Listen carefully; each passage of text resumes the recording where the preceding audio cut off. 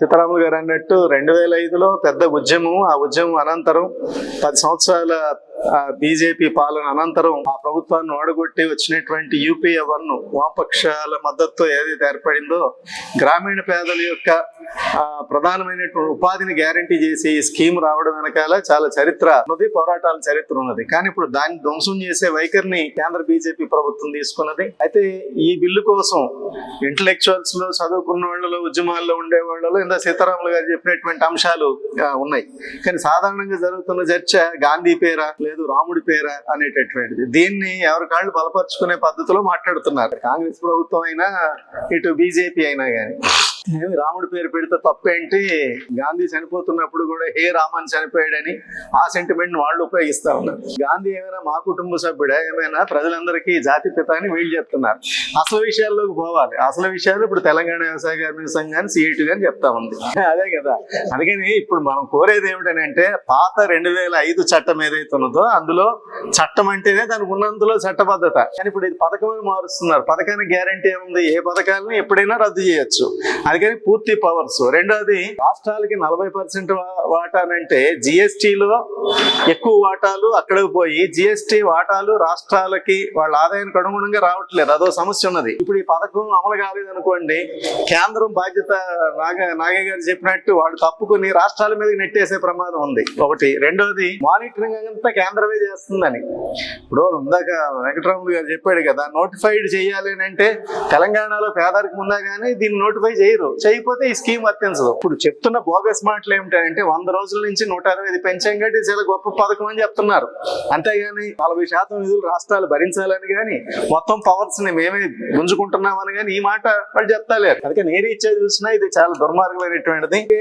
మనం మొదటి నుంచి చెప్తా ఉన్నాము, ఏదైతే 3 రైతు చట్టాలు వచ్చి ఆ రద్దు దాడి వ్యతిరేకంగా కొట్లాడిన సందర్భంలో గ్రామీణ ప్రాంతాల్లో రైతులు గాని వ్యవసాయ కూలీలు గాని 77 కోట్ల మంది ప్రజలు ఉన్నారు. అంటే ఈ రోజు దాదాపు 60% పైగా ఇది వర్తించేటటువంటి సమస్య. రెండోది, పట్టణాల్లో ఇప్పటికే బాగా వలసలు పెరుగుతున్నాయని మనం చెప్తా ఉన్నాం, గ్రామాల్లో పనులు లేక. ఈ స్కీమ్ ఉన్నప్పుడే వలసలు పెరుగుతుంటే ఈ స్కీమ్ బలహీనమైన తర్వాత ఇంకా వలసలు పెరిగి పట్టణాల్లో పెద్ద ఎత్తున భారం. అందుకే తెలంగాణ వ్యవసాయ కార్మిక సంఘం ముందు నుంచి డిమాండ్ చేస్తున్నట్టు పట్టణాల్లోనే ఈ ఉపాధి హామీ పథకం రావాలని మనం కోరుతుంటే దాన్ని తీసేసి అసలు గ్రామాల్లో కూడా పనులు లేకుండా చేసే ఈ దుర్మార్గమైన కుట్రని చాలా పెద్ద ఎత్తున ప్రతిఘటన చేయాల్సిన అవసరం ఉంది. ఆ రకంగానే సిఐటియు, వ్యవసాయ కార్మిక సంఘం, రైతు సంఘం 3 కలిపి మేము డిజైన్ చేసుకున్నటువంటి కార్యాచరణలో భాగంగా రేపు 26వ తారీఖు నాడు ఎల్లుండు విద్యుత్ సవరణ బిల్లు ఏదైతే ఉందో 2025 వ్యతిరేకంగా మొత్తం జిల్లా కేంద్రాలన్నింటిలోనూ పెద్ద ఎత్తున నిరసన కార్యక్రమాలు చేయాలనేది ఒక కార్యక్రమం. తర్వాత ఇప్పుడు వ్యవసాయ కార్మిక సంఘం ఏదైతే ప్రతిపాదించిందో 28 నుంచి జనవరి 7వ తారీఖు వరకు, మేము అనుకున్నది 7వ తారీఖు వరకు మొత్తం గ్రామాల్లో ఉన్నటువంటి ఈ 3 తరగతుల శ్రామికుల్ని ఐక్యం చేసి ప్రచార ఆందోళన కార్యక్రమాలు నిర్వహించాలని, అలాగే జనవరి 8 నుంచి 18 వరకు జీప్ జాతాలు తలపెట్టాలని, అదేవిధంగా 19 నాడు కార్మిక కర్షక మైత్రికి నిదర్శనంగా జనవరి 19 నాడు నిరసన ప్రదర్శనలు, భారీ సభలు కూడా జిల్లా కేంద్రాల్లో తలపెట్టాలని చెప్పి ఈ కార్యాచరణ అనుకోవడం జరిగింది. మొత్తంగా తెలంగాణ రాష్ట్రంలో ఉన్నటువంటి ఆ 12,600 చిల్లర గ్రామాలు ఏవైతే ఉన్నాయో వీటన్నిటిలోనూ గ్రామ సమన్వయ కమిటీలు వేయడం అనేది ఒక ప్రధానమైనటువంటి కర్తవ్యంగా తీసుకోవాలి. ఎందుకంటే ఇది టోకెన్ గా కొన్ని కార్యక్రమాలు తీసుకోవడం వల్ల ప్రజలంతా ఐక్యమవుతారని కాదు, కానీ సమిష్టిగా 3 సంఘాలు కలిపి సమన్వయ కమిటీలు ఏర్పాటు చేయడం ద్వారా ఈ యాక్టివిటీ అయిపోయిన తర్వాత కూడా ఈ బిల్లు రద్దుకు వ్యతిరేకంగా, మనం ఈ పథకం రద్దుకు వ్యతిరేకంగా గట్టిగా కొట్లాడేదానికి ఆ సంస్థాగతమైన బలం ఏర్పడింది.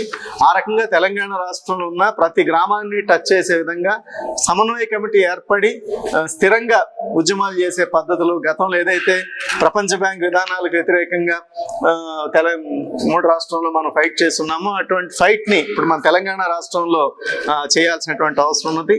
కాబట్టి ఇది ఒక దీర్ఘకాలిక ఉద్యమంగానే సిఐటియు కానీ, వ్యవసాయ కార్మిక సంఘం, రైతు సంఘం కానీ భావిస్తా ఉన్నాయి. ఇది మహా ఉద్యమం కాబట్టి మన ప్రజా సంఘాలు కూడా ఇందులో భాగస్వామ్యం అయి ఆ రకంగా ఈ విబిజి రామ్జీ 2025 ఈ బిల్లుకు వ్యతిరేకంగా మనం పెద్ద ఎత్తున ఉద్యమించే ఈ కృషి ఏదైతే ఉందో ఈ ఉమ్మడి కృషిలో సిఐటి తెలంగాణ రాష్ట్ర కమిటీ కూడా భాగస్వామ్యం అవుతుందని చెప్పి తెలియజేస్తూ